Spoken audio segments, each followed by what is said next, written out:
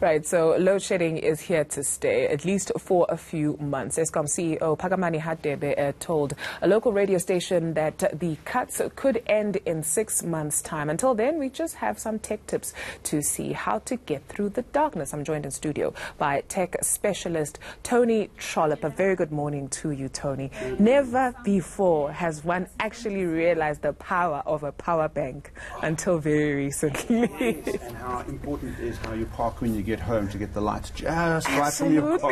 So you're able to get into the car, into the house. Right. Absolutely right. You have some gadgets here for us to see how we can get through load shedding. So what do you have here, and what does each one do? I think the first thing that I wanted to do is say, when I get home, I need to be able to see. So one of the things that I found extremely helpful was this little guy. I mean, this one's Darth Vader, as you can see, but on his chest, he's got a little button, and then he's got lights on his feet as well.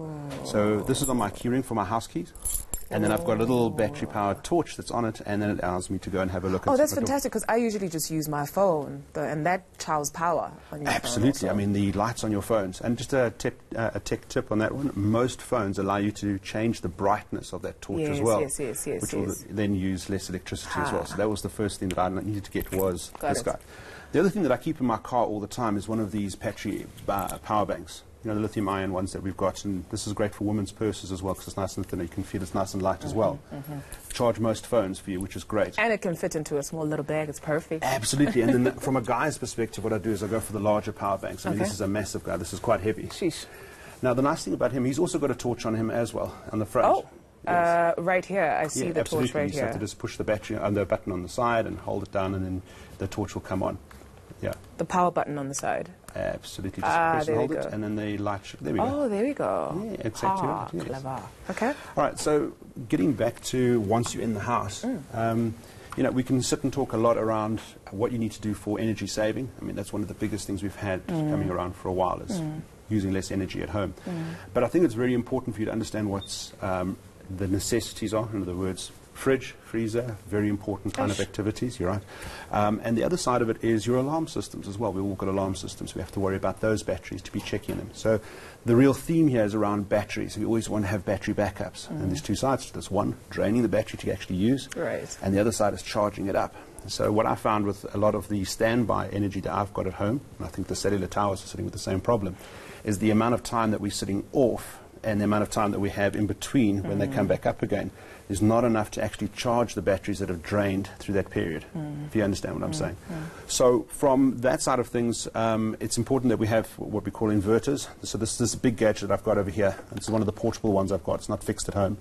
On this side, you've got almost a car battery that you can sit on the side. Yeah, that looks like you really need a safety suit to even operate it. And this is one of the smaller ones, by the way. Oh, really? Oh, yes. This is a much, much smaller one. This is the one I keep in my car with me. Okay. And on this side, you get your 220 volts that comes out. Sure. For laptops, lights, those type of things. And when we go camping, I use this one for normal 220-volt lights and normal car battery on the other side and move forward. And I think what's now changed from my personal perspective is the battery that I use on the other side is no longer the normal car battery. And I have to go for what they call a deep cycle battery, which allows us to discharge all the way down and then recharge back up again. Yeah. So my first investment when we started going through rollout and load shedding was to go and invest in better batteries and a better battery charger to be able to charge those guys much faster for in between. Speaking of these investments, because an investment it is, I mean, load shedding is going to be with us for a while. This is also costing us, really. So what are you looking at in terms of costs here, just to be powered up? So all the friends that I talk to, I'm a technologist by heart. So what I do is I get involved in all these things, become unbiased to a product or a brand, so that makes it easy. So the first thing I do is I get everybody to look at a spreadsheet, make a list of everything they've got in their house, washing machine, tumble dryer, all those things, all the appliances. Next to it, have a look at when I use these appliances. Is it in the evening?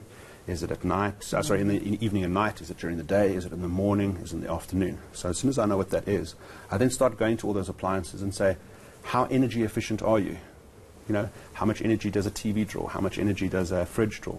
And then I prioritize them. So you have this green and this yellow and this red. It's very technical. I think a lot of work and energy that goes into it. So, and once we know that, then we also then understand what the energy consumption is like. And a lot of the people I talk to, talking about 3,000 watts of power. And what that means is about a 7,000 to 8,000 rand investment that you have to make just for one of these devices. Not even the batteries. Not even? Not even the batteries. So batteries can cost you from about 2,500 to 3,000 Rand each, and you might need about 4 of those just to start this exercise. I guess you have to weigh up the cost for yourself, right? Because sometimes when the electricity goes off and you load shed twice in a day, the meat goes off, this goes off, and then you still have to go buy. But anyway, let's talk about how this actually interrupts cell phone coverage. The amount of dropped calls that we have had this week also was just crazy.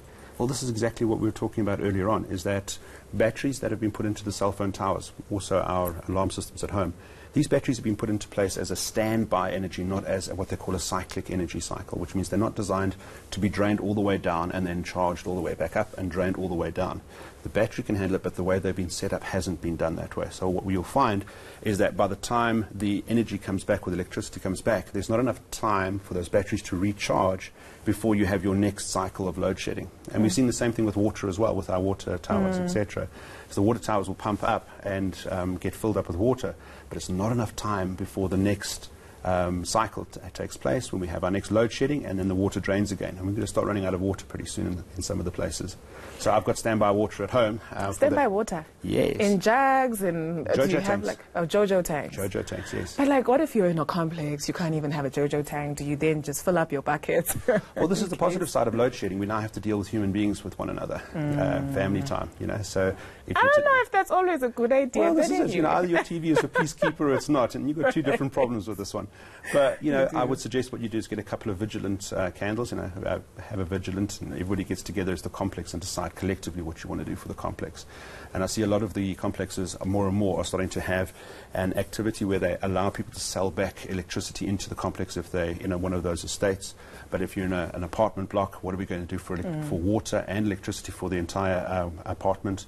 Is there standby energy? So as a collective, you can start doing something for the building and deciding what to do. Right. There was someone in the building, even though our lights were out, they had electricity, and apparently they bought a generator. So even if you're living in a complex, you can still get a generator for your I would not advise that at all. No. Why?